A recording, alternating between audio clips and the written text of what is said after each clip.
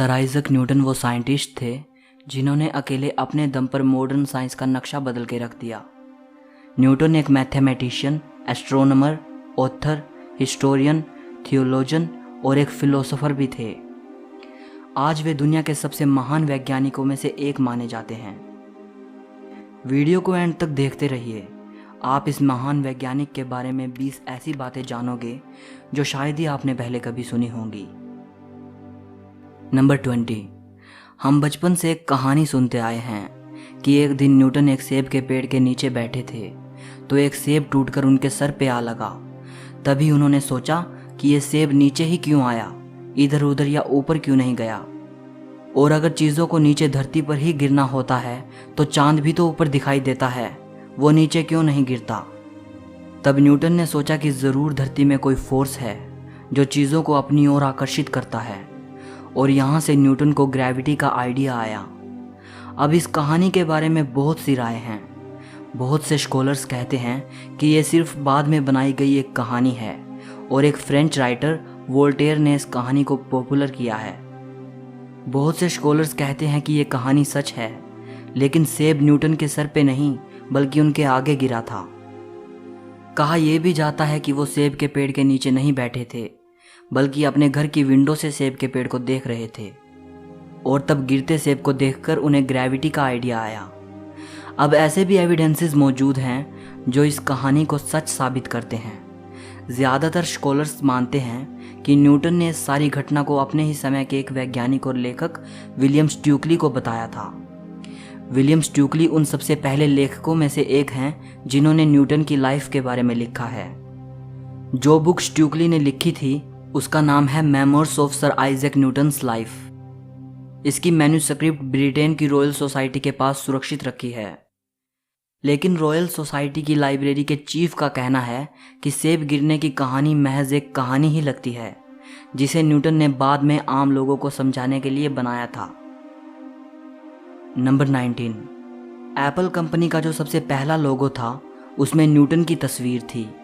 इस लोगो में न्यूटन के उसी पल को दिखाया गया था जिस पल में वो एप्पल ट्री के नीचे बैठे थे और एप्पल उनके सर पे आ गिरता है और उन्हें ग्रेविटी का आइडिया आता है। नंबर 18। 1665 में इंग्लैंड के कैम्ब्रिज शहर में प्लेग की बीमारी फैल गई थी। उस वक्त न्यूटन कैम्ब्रिज के ट्रिनिटी कॉलेज में पढ़ाई कर रहे थे। न्यूटन और उसके सभी क्लासमेट्स को प्लेग से बचने के लिए उनके घर रवाना कर दिया गया। यही टाइम न्यूटन की लाइफ का सबसे प्रोडक्टिव पीरियड साबित हुआ। यही वो टाइम था जब उन्होंने कैलकुलस का आविष्कार किया और वो चीज़ हमें दी जिसे आज न्यूटोनियन फिजिक्स कहते हैं। नंबर 17। न्यूटन ने कई सालों तक अपनी डिस्कवरीज को दुनिया से छिपाए रखा। कई सालों तक उन्होंने इस बारे में किसी को भी नहीं बताया। शायद उन्हें इस बात का डर रहा होगा कि लोग उनकी की गई खोजों को सही नहीं मानेंगे। नंबर 16। एक साइंटिस्ट होने के बावजूद भी वो बड़े धार्मिक इंसान थे। उन्होंने खुद लिखा है कि ग्रेविटी हमें ग्रहों की गति के बारे में बताती है, लेकिन ये नहीं बता सकती कि इन ग्रहों को गति में किसने सेट किया है। ईश्वर सभी चीज़ों को नियंत्रित करता है और जानता है कि क्या है और क्या किया जा सकता है। नंबर 15। आपको जानकर हैरानी होगी कि एक धार्मिक व्यक्ति होने के बावजूद और ईश्वर पर विश्वास रखने के बावजूद भी न्यूटन भूत, आत्मा और शैतान आदि पर विश्वास नहीं करते थे। नंबर 14। न्यूटन का बाइबल को लेकर बहुत जुनून था। बाइबल को बड़ी गहराई से पढ़ते थे, यहाँ तक कि साइंस से ज़्यादा उन्होंने धर्म और इतिहास के बारे में लिखा है। नंबर 13। बाइबल पढ़ने की वजह से ही उन्हें कुछ चीज़ों को प्रेडिक्ट भी किया। न्यूटन ने अनुमान लगाया था कि जीसस को सूली एग्जैक्टली 3 अप्रैल 33 AD को दी गई थी। नंबर 12। न्यूटन के अनुमान के मुताबिक यह दुनिया 2060 से पहले ख़त्म नहीं होगी। नंबर 11। कहा जाता है कि न्यूटन ने पहले ही बता दिया था कि यहूदी इज़राइल को फिर से हासिल करेंगे, और उनकी यह भविष्यवाणी सच साबित हुई। नंबर 10।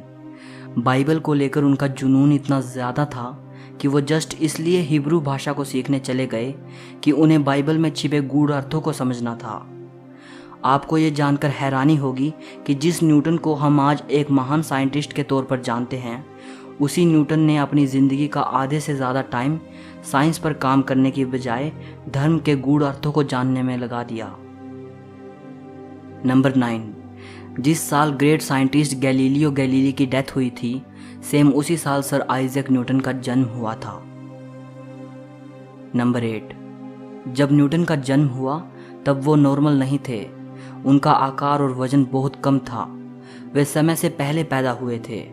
उनकी मां ने बताया था कि उनका आकार इतना कम था कि वे एक छोटे मग में समा सकते थे, इसलिए इनके जिंदा बचने की उम्मीद बहुत कम थी।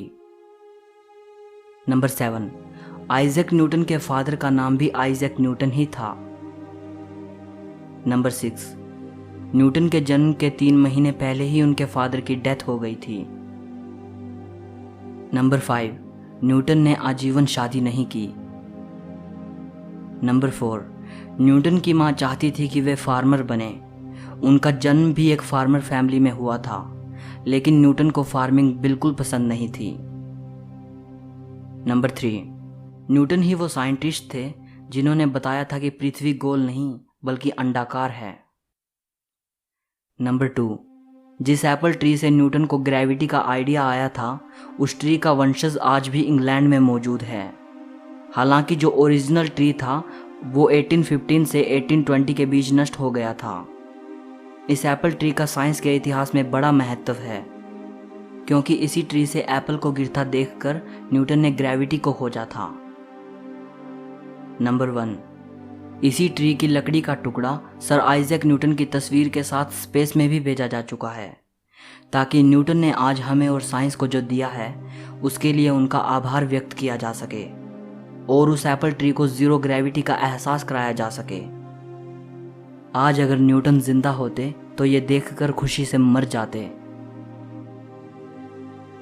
सो इस वीडियो के लिए इतना ही। सर आइजैक न्यूटन की ये बातें अगर आपको पसंद आई हों तो वीडियो को एक लाइक ज़रूर करना। हिस्ट्री और फिलोसफी से जुड़ी ऐसी ही अमेजिंग वीडियोस को देखने के लिए चैनल को सब्सक्राइब करके घंटी को दबा देना। सो मिलते हैं अगली वीडियो में।